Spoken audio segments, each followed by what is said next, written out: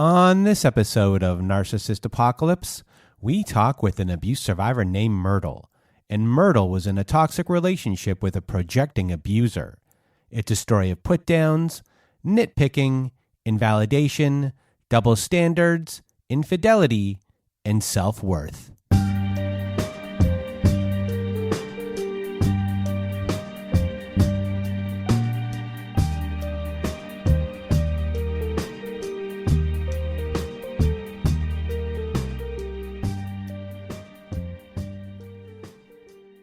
Welcome to Narcissist Apocalypse, everyone. I am Brandon Chadwick, and with me today we have Myrtle. How are you? I'm doing well. How are you? I am doing well, thank you for asking. And if you want to be a guest like Myrtle is today, please do go to our website at narcissistapocalypse.com and click on our guest form at the top of the page, or email us at narcissistapocalypse@pm.me.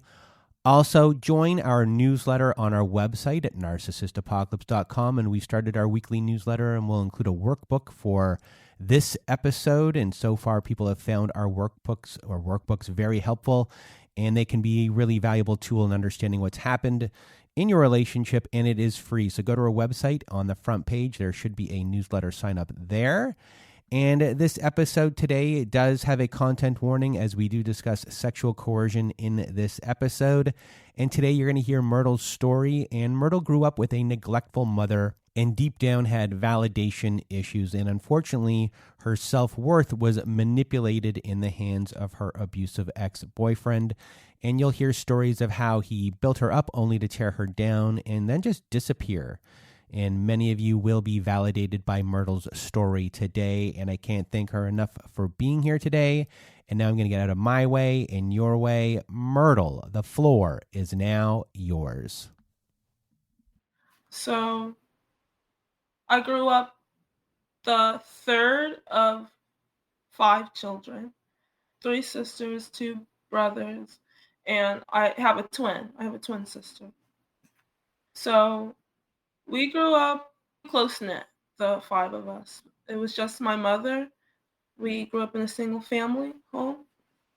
And our father, I would say my mother made the effort for us to see him quite often. I would say he was present, not so much he came to see us, but he lived with my grandmother when we were growing up, so she always brought us over to see him. And I don't know, it never really seemed to hurt so much. It just seemed like, I don't know, I remember bits of dysfunction, I would say, but for the most part, I think my mother did a decent job, quote unquote, of kind of shielding us from noticing the dysfunction. So it just seemed regular, like it's okay that my father and a few of his siblings live at my grandmother's home, and she takes care of a lot of their children, so it just kind of seemed normal to also be one of those children going over to my grandmother's house over the weekend and being taken care of.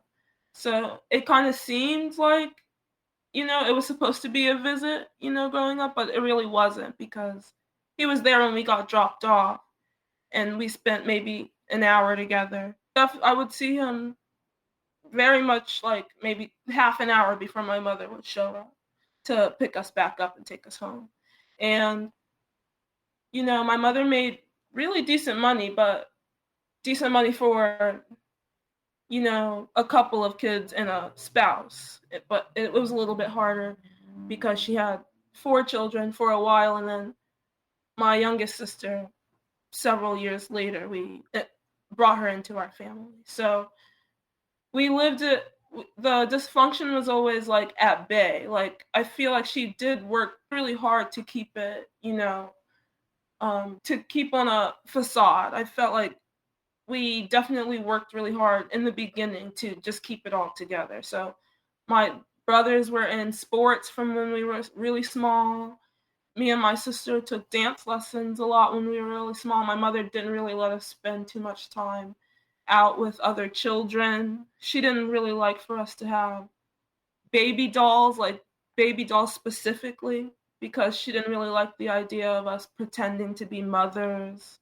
So me and my sister spent a lot of time together. We didn't really have many friends because we didn't do sleepovers with other children. We didn't really do that, But my brothers, I would say, had a more outgoing situation. They spent a lot of time on the weekends with friends, or they spent a lot of time in where my father lived, not with him, but with the children that lived in that neighborhood as well. So I would say they lived a more like outgoing life where me and my sister, we did everything, the two of us together. Like my brothers had their own friends, but the two of us specifically spent a lot of time together. We didn't really have any interests outside of one another. So your mom didn't want you to play with dolls, and your brothers got to do things with their friends. And as you explained to me, your mom had kids as a teenager. So she wanted you and your sister to not have her life, and she was controlling in that way so that wouldn't happen. And being a mom was something she wanted to protect you from at a very young age, for you not to be a young mother like her. And that's why you and your sister were at home and the boys were allowed out. It's not right what happened, but it did happen. Yeah, I feel like that was a lot of her projecting that trauma onto us. I didn't notice at the time that she was projecting that trauma onto us. And she didn't see it as a fairy tale. That's kind of when I noticed that, like, things didn't happen for her the way that she wanted them to. So I would say she tried really hard to keep up the facade of, like, keeping the dysfunction at bay. But I think it just got harder for her, like, in the years, especially as we got older, we became teenagers. So it just became harder for her to keep up the game. Like everything was okay. Like pouring into us was enough. Like raising us and us doing well would make her feel okay about what happened to her, but it really didn't. And that's when it became a little bit more angry. That's when I felt like it switched from us being children to just like people living there, people that were just taking up space. Like that's when it started feeling like a countdown. And that's when I noticed, like, I guess from leaving middle school to high school, like I just had to start being okay with things. So now you are out of the house. Before you get into this relationship, are you able to identify certain things? Obviously, you feel like you have no voice in a lot of situations. Are there other things that you were able to identify about yourself, people pleasing or anything like that?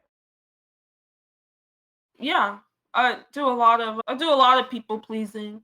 I'm a very sensitive, like open, like vulnerable person in general. I feel like I tend to be a pretty good judge of character, but in the same breath, I give a lot more than what I get from people. So I met this person on a dating app, and I go to this local bar. It's like walking distance from my apartment, and they do karaoke on Mondays. And I invited a friend, and she canceled last minute. So I was just like, I'll just hit up this random guy that said, "Oh, let's hang whenever you're down," like earlier in the day. And I said, "I'm gonna be at this bar. Show up." And like as soon as he walked in the room, like I just was, I guess, attracted to his smile. He just like lit up when he saw me. And like the conversation was just like snapping quick. Like he just had a story for everything, kind of. I didn't realize from his profile how interesting he would be in person. And like I just tapped him on a whim, just like, oh, this is a guy that is in the queue that hit me up recently. And he just seemed to be so much more in person than what I had seen in the profile. So he was born in another country. That kind of like attracted me to him. And he came here when he was young. He kind of went the unconventional route with college and went for graphic design instead and came across the country to do so. And he was between jobs. That's what he told me. He had this job at this graphic design firm, but he was let go because they were just downsizing. I guess they needed a smaller team. That's what I had been told. And it had been, I had never gotten the specifics on how long it had been exactly that he had been out of work. And yeah, he was just this intriguing artist that, had a hard life in another country and kind of was figuring it all out and was super excited about the future. So he was this starving artist in a way, the whole image of what that is and what that represents. And you growing up, you like that artsy kind of stuff. And here's this person who's fitting this mold. He's interesting on top of that. And as far as his interest in you goes, I guess how was he like was he digging deep into you? Were you feeling seen and heard like you weren't before? I was feeling like I was interesting too. He told me I'm smart, I'm funny, but it just renewed my self-confidence in a different way because I don't usually get that type of attention outside of friendship, you know?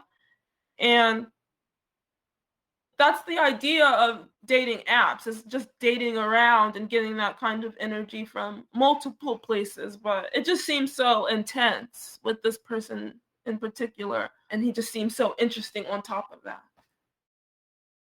From that first date, like that was the beginning of the week on a Monday. By Friday, I had slept over his place like every other night. And that was what we were doing for like 6 weeks, a month and a half straight. Every other night, that's where I was. Every weekend, that's where I was. And yeah, we just spent a lot of time. We didn't really go on many dates because, not to say I'm not high maintenance, but that my idea of a hang isn't, a bar or a fancy dinner. It's more like going to a bookstore or a cafe. So I just kind of leaned into the domesticity of it all, just going out for a stroll. Like we just kind of got into a routine, like right off the bat, just spending time together alone. He was drawing every day. He was sketching every day. He was formulating a bigger story. He was working on an epic, a huge comic series. So he was just drawing, he was adding more detail to the characters. He was adding more weapons to the artillery that the character was going to be using. He was adding more vehicles. He was adding more settings. He was adding more story to the plot line. So I just felt like something was always growing. He was constantly working. He was constantly at his laptop. He was constantly drawing. You loved the passion that was there. Yeah, right.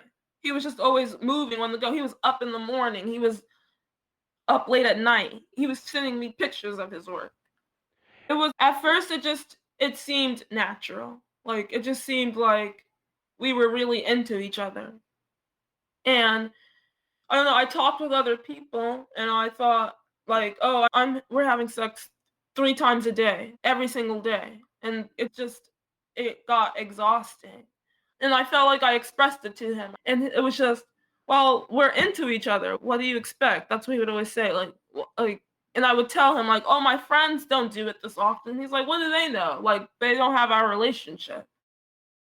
So you're with him for about a year and you have this sexual coercion going on. You speak your feelings, it gets invalidated. And then you told me other things began happening in your relationship as far as your voice didn't matter as much, belittling your opinions, things like that. So what happens from here?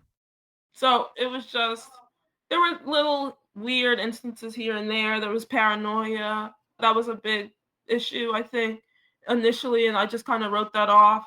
And that's when I started to have to be like, it's better to just keep my mouth shut than to have something to say.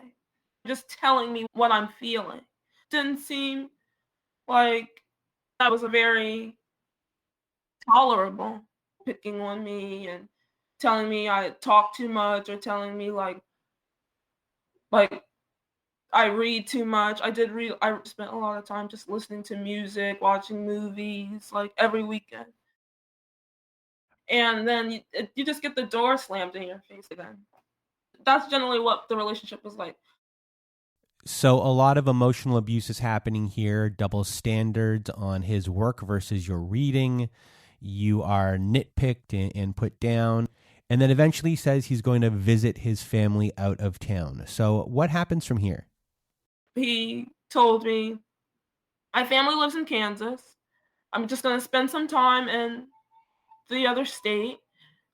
I don't have a job right now, so this is just a great time to get back home for a couple weeks and reconnect with my family." And I was like, "That's a great idea, sure. I'll see you in 2 weeks."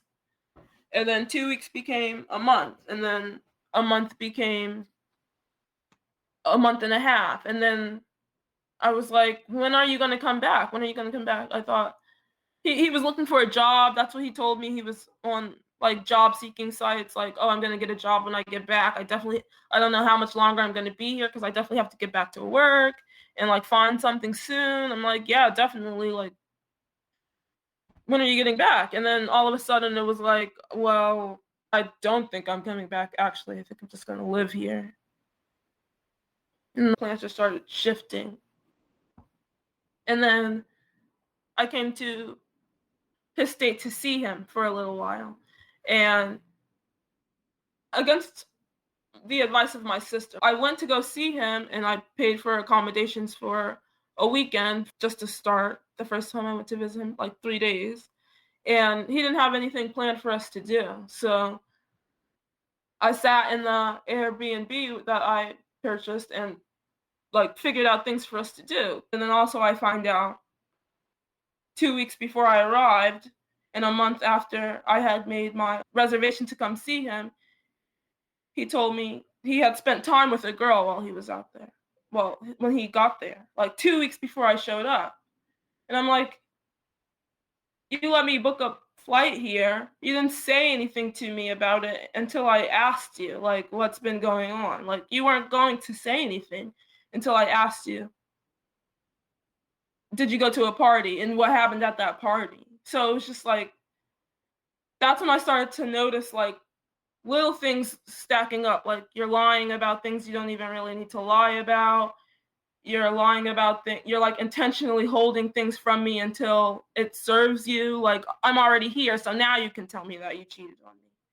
Like, I already booked a flight and I'm laying here in this Airbnb. I have no other choice but to wait until I have to book a flight back.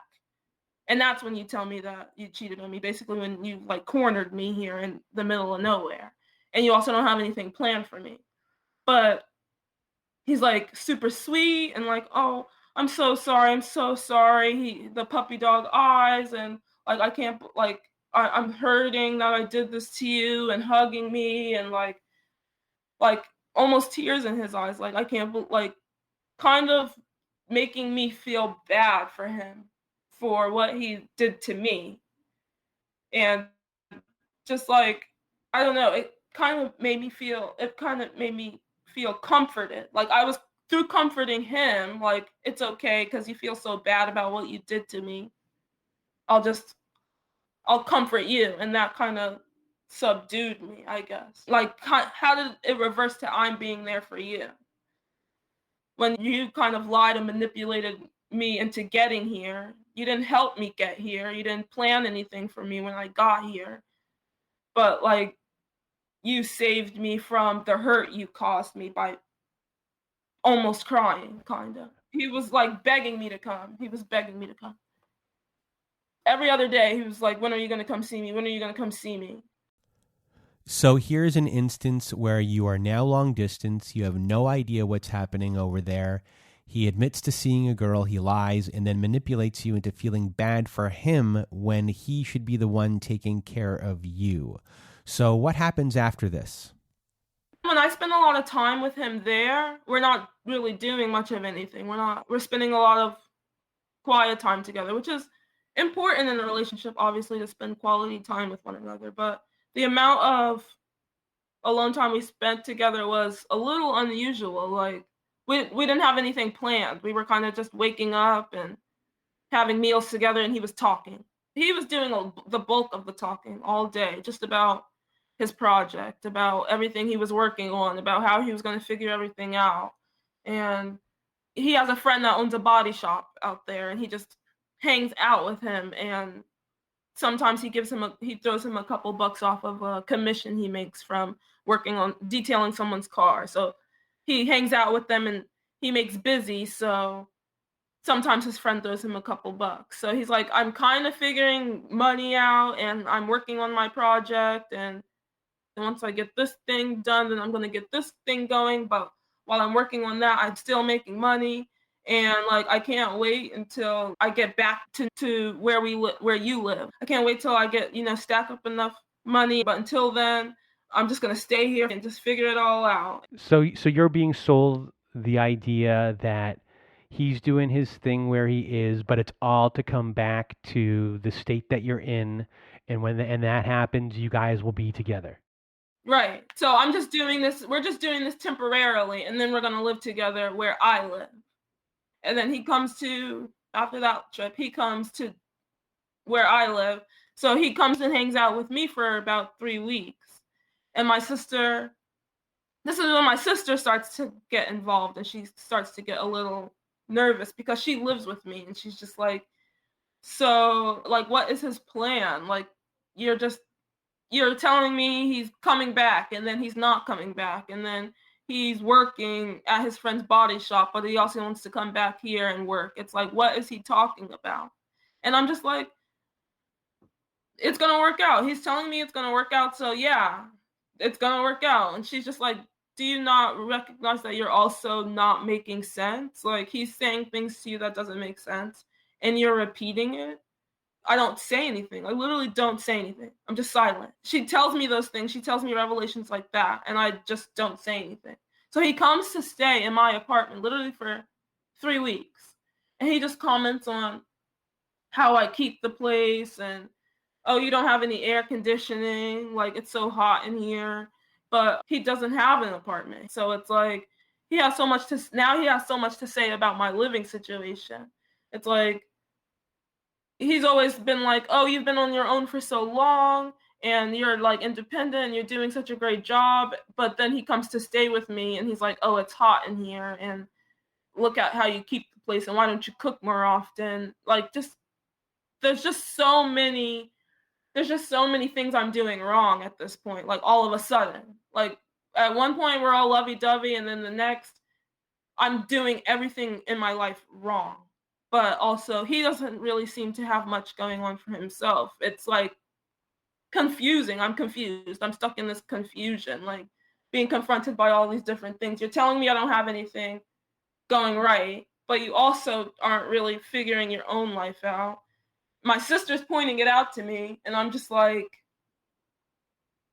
I don't know what to tell you. Realizing that when we're together, there's a lot of isolation, but when he comes to where I live to visit me, I have more things going on in my life personally. Like, I have a more nuclear friendship circle. Like, I actively engage with multiple people, and we all have like fun, interesting conversations. I'm noticing that when he hangs out with his friends, he hangs out with a person who is, I would say, a functioning alcoholic. He talks about a lot of his friends. He doesn't really like any of them. They're just the people that live in his community, and they're all from the same country. Like, a lot of his friends have immigrated from the same country as him.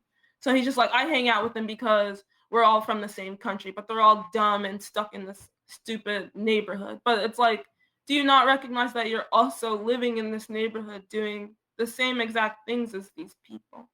So I'm noticing that's also a huge red flag. It's like, you live like, your social life is very strange. Like, you hang out with people to have drinks with them, but you don't really like any of them. Whereas I hang out with my friends, and like, we're laughing, we're joking. He hangs out with people that he's been in physical altercations with, that have robbed him, but he still spends a lot of time with them and doesn't have much good things to say. But when he spends time with the people I know, there's not any dysfunction like that in my friendship. So that's another thing I noticed. So after he's back in the state you're in, he goes away. What's your life like from that point on?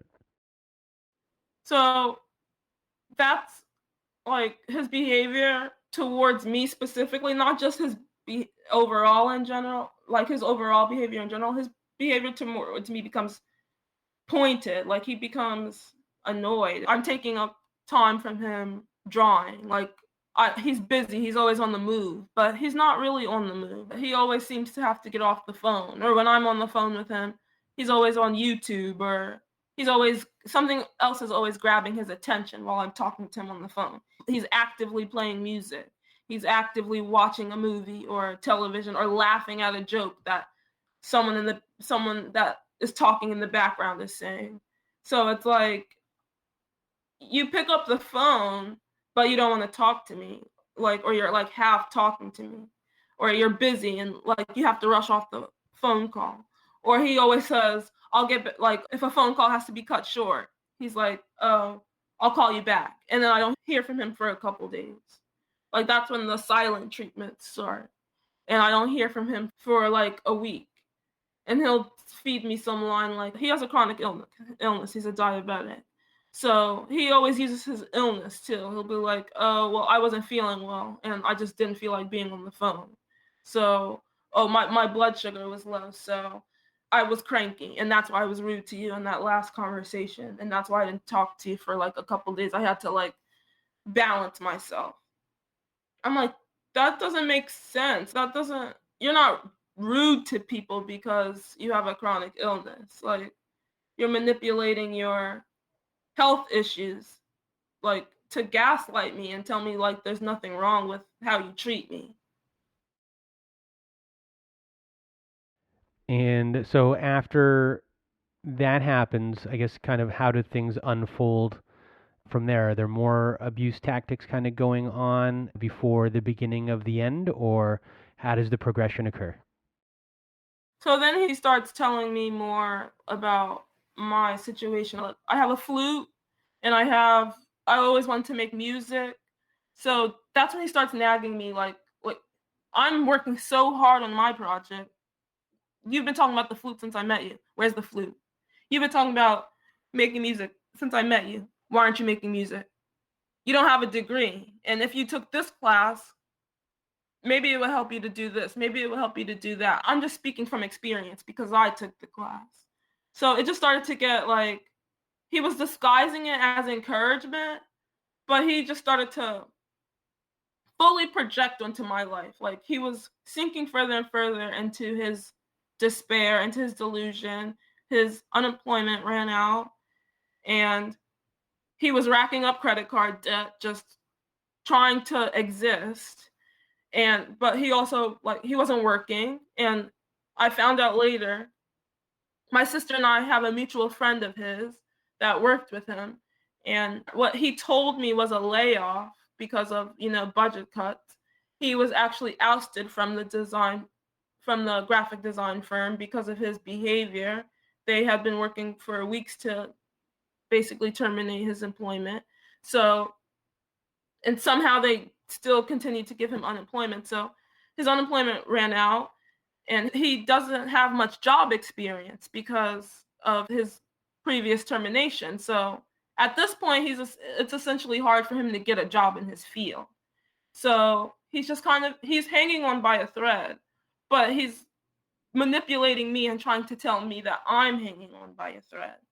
And I'm starting to believe it. Like, the things that he's telling me about what I'm not doing, I'm telling my sister, my best friend, basically.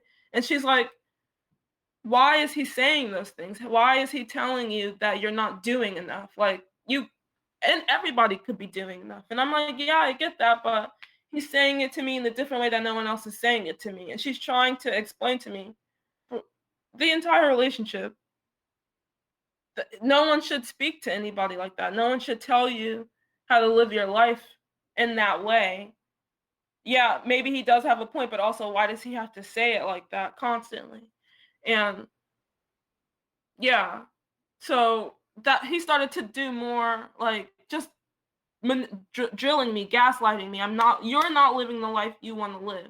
You're not doing enough to get out of your situation. I'm doing so much here, working on this laptop day and night on this project, this like continuously elusive project that just kind of doesn't really make much, I would say doesn't really make much sense. I try to be supportive and listen and hear him, but it all just seemed to be, after a year and a half of just listening to him talk and draw, it's like there has to be more. There has to be more intention behind the project besides just talking about it. But you're also telling me that all I do is talk about it. It's just such a harsh projection. Like, that's one of the hugest red flags I saw in that relationship, was like, he's literally telling me about himself. Like, constantly telling me, you're not doing enough, you're not doing enough. He's telling himself, you're not doing enough, you're not doing enough. And I'm just taking it. Like, I never felt horrible about kind of letting those things go by the wayside. Like, I would like to pick up the flute. I do have the intention of picking it up. But he had a way of trying to make me feel sick about it, trying to make me feel like I'm disgusting for not doing it. And it was like all the things that he liked about me slowly became all of the things that he resented about me and could not stand about me. And like, the complete hypocrisy was like, it was confusing and dumbfounding. But then he would crack a joke and laugh, and he was like a nerd and just kind of this fun, goofy, silly guy. So those interactions would always be laughed off. He would say something silly. He would just start randomly talking about something else that happened in the day. Like, there would be no room for discussion about how he was talking to me. Like, he would just say it, and then all of a sudden we were talking about something funny that was on television for an hour straight. So he was very good at negative, positive statement, where throughout your relationship, he would throw out something negative that's going on. It would hit you where it hurt, and then he'd go into a funny joke or something that you like, something that made you feel good. So he'd hit you, and then at the same time put his arm around you in the, not literally put his arm around you, but do it with kind of these jokes. So all of a sudden, it was like punch in the gut, and then, oh, hug, punch in the gut, hug. And it's hard for you to express what you want to feel or what you are feeling because it's done so quickly. And then all of a sudden the whole moment is over, and now you're in a good moment. And do you want to interrupt that good moment because you're finally having a good moment? Because as time goes on, these good moments are, I guess, harder to come by. Right. Now I'm fighting for them. Now I'm like trying to covet space to make it happen. Like, I'm trying to orchestrate moments so that they can be happy. And you're taking whatever breadcrumbs you can get because that's all you're getting. And that little tiny morsel is huge for you. So now I'm like, when I go see him, instead of a weekend, I'm trying to make it a week. And then I'm trying to extend it to 2 weeks. I'm trying to plan more activities. I'm trying to get an Airbnb where I can cook. So I can cook every day. So I can make breakfast every day. So how often are you going back and forth at this point? I went 3 times total. So like every 2-3 months I'm going. Every 2-3 months. And is he coming to visit you? He's come to visit me the one time and then another time. I feel like there was some turmoil at home with his parents specifically about his behavior. And he was just like, I don't have a job. I have the time and the energy and someone who will put me up for however long I want. So I'll come and stay with her. And it was like idealized as like this, let's get back together. I miss you so much. But it was just, he was here in my place, just hanging out, not doing anything. Well, I went to work every day. So do you feel like, we'll get to the end of what happened, but do you feel like you were being used in a way when you come to town to visit him, he really doesn't have to do much. He's being entertained in kind of this way. And now when he comes to visit you, he's getting away from his family. Do you see that maybe you were getting used in that way? Or, when you think of whatever was going on in his head, how do you think he viewed you? And how are you feeling about yourself? And I know that's a lot of in one little statement. I would say I interpreted dysfunction, the dysfunction I was seeing in him, as, I don't know, just something new and vibrant and interesting. Like, as a, I guess I had subconsciously thought of him as a project, maybe.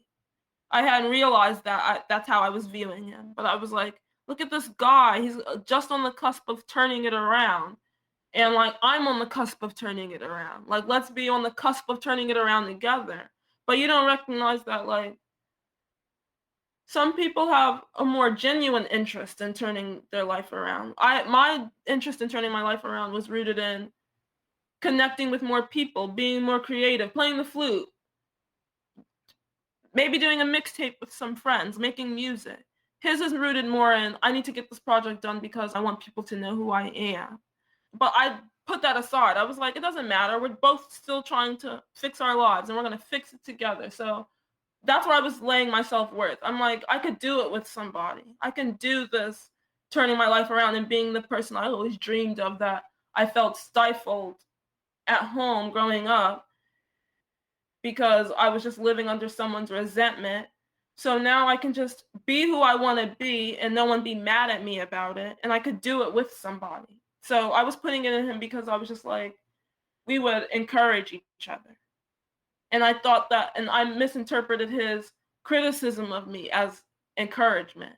So I just always wanted someone to encourage me. And I was just like, I wasn't getting encouragement from people. I was just getting validation. And I wanted people to be like, no, I see something in you and this is what you're going to do and we're going to do it together. So that, I think that's what it was. It felt like I was more than someone's friend. I was someone's partner. And that's something you've never felt before. And for you was just, I mean, that was your driver right there. That was the hook that was really in you. And unfortunately, he didn't see it in the same way. So, were there any tactics that were missing that kind of happened throughout your relationship? I didn't notice until the discard how much lying was taking place. Like, how he was genuinely like just plugging holes, basically. That's how I would describe it. Like, I would have a concern and he would just plug it up right away. Like, when we were seeing each other, when we first started seeing each other, he told me he had roommates. He had a much older roommate that lived right next to him. And he just described him as this grumpy, old, angry guy. And he never specifically explained to me how he got into this living arrangement with this older man. It didn't make sense to me. He's this 28-year-old guy living with a man in his 50s. And he didn't explain the circumstances, but it seemed like we had talked about so much. And I realized how many things he kind of floated around, he skirted around. Like, it wasn't just lying, it was just like, I'll tell you some of it, just enough of it to keep you at bay. And then one day we were being intimate in his room, and that man knocked on the door, and he got so scared, like, the look in his eyes completely, like, his face fell, like, oh my God, the guy next door is knocking. And he was like, give me a minute, like, don't come in here. And he sent the guy back to his room. He was like, you want to know a secret? Like, something I didn't tell you? I'm like, oh no, what? He's like, so that's not my roommate, that's my dad. And I'm like, that's your father? Like, I thought your family lived in Kansas. And he's like, yeah, my father's a pharmaceutical rep, so he can kind of sell and live wherever he wants. And I don't know, he just made it seem like it was just this casual thing. Like, oh, this isn't a stranger, this is actually a family member, and you've been interacting with this man, walking past him in your towel, coming from my shower. Like, He's probably heard us being intimate, living right next to him. And I just thought he was just this weird older gentleman. And you just didn't tell me for a month and a half that this man is your father. And it was just little things like that. The lie when I got to Kansas that, oh, I did actually sleep with someone. I met this girl at a party. Like, it's just little things like that. And I just never, when I met him, he didn't seem like the idea of what I had as a player in my head, like a jock or anything. Like, we're basically the same size. Like, he's just unassuming to me, what I thought, just a shy, artsy guy. So I never thought that those type of guys just had flagrant one-night stands with people and just lied for no reason. He just lied about things he didn't have to lie about, and he laughed off a lot of things. He told me about trauma he had experienced in the country he was born in, just like he lives in basically a lawless country where people are like robbed on the street, and he talked so callously and so cavalier about his experiences there. He just seemed kind of numb to his experiences in that country, and that startled me, and it made me feel like, wow, he's been through so much and there's so much to empathize with him for. That's where the trauma bonding came in. Like, I spoke to him about my mother and her drinking, so he opened up to me about life in that other country. But I came from a place of hurt, and he just seemed to just laugh everything off, and that kind of spooked me. But I just thought that meant like I could help him through realizing that those were traumatic experiences, and it was okay to experience those things. And I also was like, that's why he treats me the way he treats me, because he's been through so much. It's like, but you've also been through so much, and you don't treat people like that. So there were so many inconsistencies going on in my head, and I was still like, I don't know, we'll figure it out. So, how did the beginning of the end and the end happen? He started pulling back a little, and he started being more angry in the conversations, and we were talking less and less. He started being really sweet, like almost pityingly. He would The things in his life were just kind of piling up. Like, he had a intervention basically with his family tried to stage an intervention because of his behavior, because I had tried to ignore for a long time that he wasn't just acting like this towards me. He was acting like this towards a lot of people in his life. And his family had staged an intervention with him, and he called me to tell me, oh, yeah, they staged an intervention, and they said it was going to start at 7, but they moved it to 8 last minute. And I'm not going to show up. Like, even though he doesn't have plans, even though he doesn't have a job or he doesn't have a social life, he's just like, I'm not going to show up to this conversation about my behavior because they changed the date, they changed the hour. So more erratic behavior, just doing things out of spite to other people and just relaying it to me. He just always seemed angry, and he just seemed to get angrier and angrier at other people. His family went away to his home country, his parents, and he had his home to himself. So he was begging me to come, and I couldn't make it. And then he was begging me to move to Kansas. He was like, why don't we just live together? When are you going to live together? We've been talking for so long. Let's make the move. And I started to make plans to live with him. But then I was like, I can't get the money quick enough. And you don't work. Like, how are we going to make this happen? You don't have any intention of getting a job. You want to keep working on your project, but you're not doing that. And then also his family is telling him, oh, you need to leave in December. So he's just like kind of scrambling. I know that he's like grasping at straws. Like, oh, come live with me.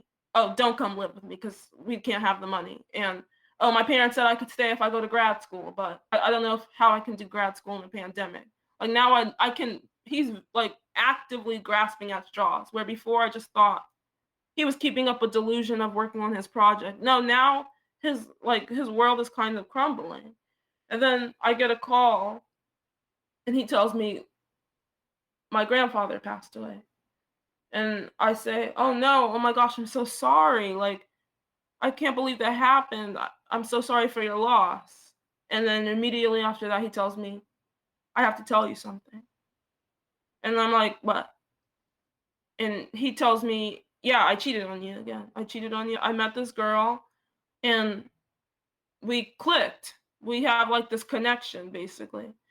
And I started putting it together in that conversation. Like, he's telling me, oh, I met her at the bar a week ago. We had a conversation a week ago. He was getting dressed on the phone call with me. Like, we were FaceTiming. He was getting dressed for a night out. And he doesn't typically do that. But then we're talking on the phone and he's like, yeah, I met this girl at the bar last week when we were on the phone, when I remember him getting dressed. And I'm like, he's telling me he met this girl at the bar.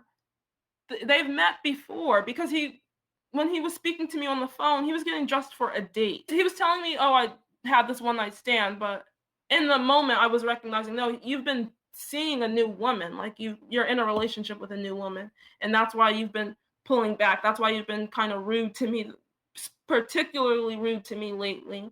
And he's just like, yeah, like, we're aligned. We're like, she also doesn't work, but she has a degree. And the degree comes back up again. He's like, yeah, like, you keep talking about how you want to do this and you do that, and I'm just not attracted to that anymore. I'm not attracted to you not doing anything.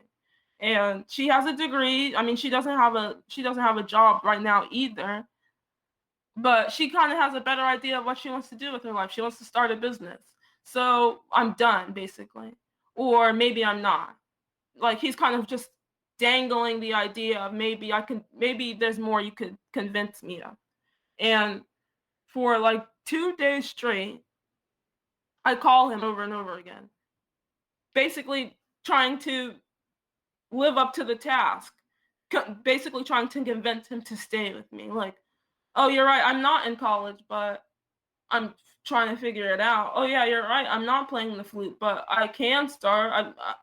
Maybe I don't work out. Maybe I don't cook that often, but I can start cooking more often. I've started. You haven't even been here, and if you haven't been to see me in so long, like, when are you going to come see me? Let's talk about this, and you come and have a trip. And he's like, I don't want to come to your disgusting apartment. I don't want to do any more of those. I don't want to do any more of those stupid outings, because I always, like, I try and have dynamic hangs. I try to do more than just have dinner. I'll go to like a museum or something, or like a pop-up event. And like, all those things he told me he had so much fun doing. He's like, I don't want to do any more of that stupid shit, basically, when I talked to him on the phone the second day. Like, he had a completely different demeanor from when we spoke the night before. The night before, he was just like, yeah, maybe, like, it seemed like we were laughing by the end of the conversation. Like, I burst into tears at the beginning of that conversation. By the end of the conversation that night, we talked for 2.5 hours. We were laughing. I called him the next day to further the conversation, and he's completely like stone cold, disgusting. Like basically, he's giving me the energy of like, why are you on my phone right now? Like, rushing me off the phone. He's trying to hurry up and get me off the phone. Yeah, right, yeah, to everything I'm saying to him. Like, do you want to have another conversation? Yeah, sure. Okay. And he like rushes me off the phone. I never hear from him again. And that was it. That was it. He, like, if you have an iPhone, you get like reactions and stuff to text messages. And later on that, he told me, oh yeah, I'm gonna tell my sister about this entire situation, like what I did to you and how I met this girl at the bar, and I'm gonna get her advice on it, his older sister. He's like, yeah, I'll get some advice on it and I'll call you later this week. I'm like, are you sure? He's like, yes, like rushing me off the phone. And later on that week, he like unhearts a message I sent him. Like, that's his response. Instead of like, so I'm like, I'm guessing he wanted me to call him, like, why did you do that? But I felt like the conversation just ended so open-ended in like when we last spoke, that I didn't know how to respond. I wanted to, but I just didn't know how. So after that happened, what happened to you, and how have you been dealing with things? So when that happened, I fell apart. I was confused. Like, this unassuming nerd, he cheated on me again. Not just like, he's so completely not the person I thought he was that he did it twice. And I started piecing things together. Like, at first I was just like, okay, he's an oddball. My sister doesn't really like him, but not everybody can get along. And at the same time that I'm feeling completely crushed and like broken, like I start putting things together instantly. Like, like he used to talk about my sister all the time. The one person that was constantly fighting for me to leave this relationship, he had nothing but disgusting things to say about her. Like, he would just constantly yell, and like I would yell at him to stop. Like, shut up, stop talking about my sister, stop talking about how dumb she is, stop talking about how she's crazy and she doesn't want to see me happy. And he would literally talk over me about how much he hated her. I'm like, I used to sit and listen to this man tell me that my sister was a liar. I used to let him lie to me about his living situation, about his car situation. He doesn't even drive his own car. He would never take me home from when I would spend the nights with him because he didn't want to tell me that his father had his car. His father that I didn't even know was his father. Like, I just started piecing things together. I was crying because I was like, I wanted to be with him so bad, and all of a sudden he found someone who has it all figured out, but is also unemployed like him. Like, he's telling me I'm not worth it, but he found someone who's technically not doing better than me. Like, I was confused. I was feeling so many different things at once, but also he was telling me things that was not true about me. But I was just confused, and I took some time from work mentally. It was to the point where I was breaking down at work. Like, the confusion and the heartbreak and the, like, trying to make sense, it was stopping me dead in my tracks. I couldn't move, I couldn't work, and I had to take a break from work for a month. I took a mental health break from work because I had to get back into a routine of journaling, of listening to music, of listening to podcasts like this podcast. And I had to listen to like TikTok, like Narcissist Abuse TikTok, to really understand what I was going through. And anytime those dark, intrusive thoughts came up about that relationship, about how I let things happen to me in that relationship, or about how I could have fixed it, how I could have gotten him back, I would just pull up a YouTube video. I would just I would just listen to Dr. Romani. I would just listen to Mental Healness on TikTok. I would just listen to Narcissist Apocalypse. Every time I would get into those thoughts about, oh, how do I get my narcissist back? I would actually type into Google, how do I get my narcissist back? So I could see the comments of people saying, here's how you get your narcissist back. Stop believing in yourself. Keep praising them even when you know that the things that you're saying to them don't make sense and they're not worth any of it. Keep shrinking yourself so that they can constantly take up space in your life. That's how you'll get them back. Make sure you call them 10, 20, 30 times a day and beg for their forgiveness and tell them that you're going to right all the perceived wrongs in your life. That's how you'll get them back. I had to hear people say, like, the person you thought you knew is not a person. That is not a person, but that is a mask. That personality, the things you loved about them, they were mirroring the things that you wanted in life to further manipulate you. So it's not wrong to love those things about people, but those were personality traits that they picked up. Those weren't personality traits that they owned. Like, I kept thinking back to how much fun I thought we were having on those outings, and how quickly he just spit that in my face about how he couldn't stand doing any of those things. Like, he could finally tell me how he couldn't stand doing all those things, like, and how he was just pretending to do those things because I was giving him the sex and the attention and the praise about how great his drawings looked and how the story made so much sense, and how I would just sit and listen to him talk for an hour and a half of what I didn't really think made sense, but I was just comfortable listening to anyway. Well, that's an interesting way of looking at things, seeing all of the things you have to give up if you want to stay. And I think that's a very powerful thing, or way just to look at things, to stay away. So thank you for that. And if you had any more words of wisdom for everyone listening, what would they be? I would say you have to really take a step back and genuinely take your emotions out of your situation. Like, you have to really take stock of who you're spending time with. Like, you really have to genuinely take a mental note of the things that people do. Like, I was just thinking to myself, these are weird instances, those situations I get caught up in with this person. But he says he loves me. He says we're having a great time. He has a smile on his face. But how is he treating the people in his life? What kind of people does he have in his life? Is he doing the things that he's talking about? Is he not doing the things that he's talking about? How does he treat the women in his life? How does he treat the men in his life? How does he treat friends, coworkers? I love that man. I thought I loved him. I thought I loved him with all my heart. Do I want to spend time with someone who I genuinely believe people don't look up to? Do I want to spend time with someone who I don't believe is a role model to other people? Not realistically. Do I want to hang out with people who he threw in my face when we broke up? I hang out with a functioning alcoholic, but at least he brings his alcohol to work and he does his job. Do I want to hang out with someone who speaks of his friends in that way? Not realistically. Like, that can't account for, like, the quiet, intimate moments and the cuddling and the kissing and saying all the right things. That doesn't account for how that person genuinely reacts to other people in life and how they go through life. Like, that doesn't account for what your future will actually look like. Like, if you're spending time with someone who says they want to work but doesn't, and he always talked about children. He always talked about having babies.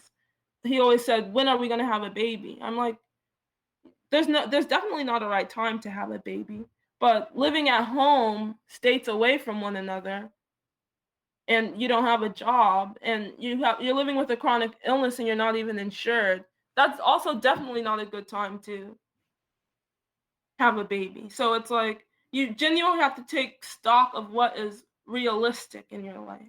Like, and no amount of fixing, no amount of self-awareness, and no amount of consciousness is going to make up for another person's personality, another person's manipulations and tactics that they try and use against you. You could be the most self-aware person in the world. Like, I have an idea of what a healthy situation looks like, what a healthy love life looks like. I can model that. I can write that down on paper. I can initially give you what it means to be in a loving relationship. But I wasn't in one. I was in an emotionally abusive relationship. You just have to take your feelings out of it and, like, think, like, journal, write, put it down on paper, visualize it. You have to be realistic about what you want in life, the type of people you want in life, if you're proud of them, if you want to protect and be a part of someone's life like that. Do I want to protect someone who doesn't make it a priority to protect other people, who blatantly hurts other people? I don't want to actively participate in that, no matter how that person makes me feel for a fleeting moment or even for a lifetime. That's it. Well, Myrtle, I really want to thank you for being here with us today, sharing your story, all the tactics that were used, all of your feelings, your thought process as well. You validated so many people's experiences today, and I really can't thank you enough for being here with us today. Thank you so much for having me. Well, thank you, Myrtle, once again for being our guest today. And if you want to be a guest like Myrtle was today, please do go to our website at narcissistapocalypse.com and click on the guest form at the top of the page. There you can read all of our instructions, and please read them all, and either send us an email at narcissistapocalypse@pm.me or fill out our guest form on our website and press the submit button. Also at our website, we have a support group, so if you need support, join our support group at narcissistapocalypse.com. Inside, you'll see that we have Zoom meetings every Wednesday night, Thursday afternoons, and Saturday nights. We have forum boards for you to post on, take the validation that you need from survivors just like you. It is a wonderful group of people on there, and you can make a lot of friends too. So if you need support, join our support group today. And that is it for today's survivor story, today's episode. So for myself and Myrtle, we hope you have a good night.